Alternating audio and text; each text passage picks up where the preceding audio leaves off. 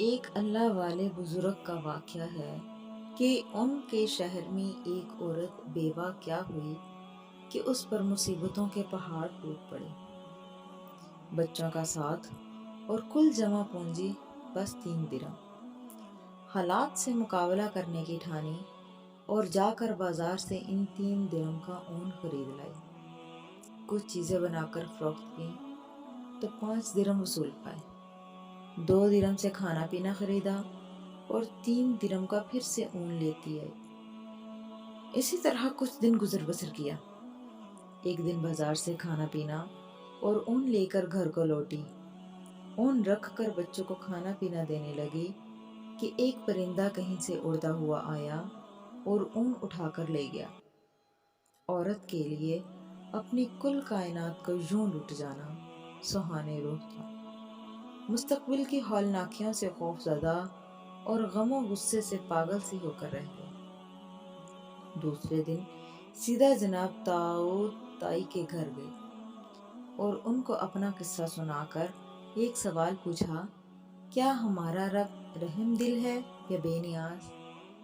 جناب داؤد تائی عورت کی درد بھری کہانی سن کر پریشانی کے عالم میں ابھی اسے تسلی دے رہے تھے کہ اتنے میں دروازے پر دستک ہوئی۔ جا کر دیکھا تو 10 اجنبی اشخاص کو کھڑے ہوئے پایا۔ ان سے آمد کا مقصد اور ماجرا پوچھا تو انہوں نے کہا، حضرت ہم سمندر میں سفر کر رہے تھے کہ ہماری کشتی میں ایک سوراخ ہو گیا۔ پانی اس تیزی سے بڑھ رہا تھا کہ ہمیں ہماری موت صاف نظر آ گئی۔ مصیبت کی اس گھڑی میں ہم میں سے ہر شخص نے عہد کیا کہ اگر اللہ پاک ہماری جان بچا دیں تو ہم میں سے ہر آدمی 1000 درہم صدقہ دے گا۔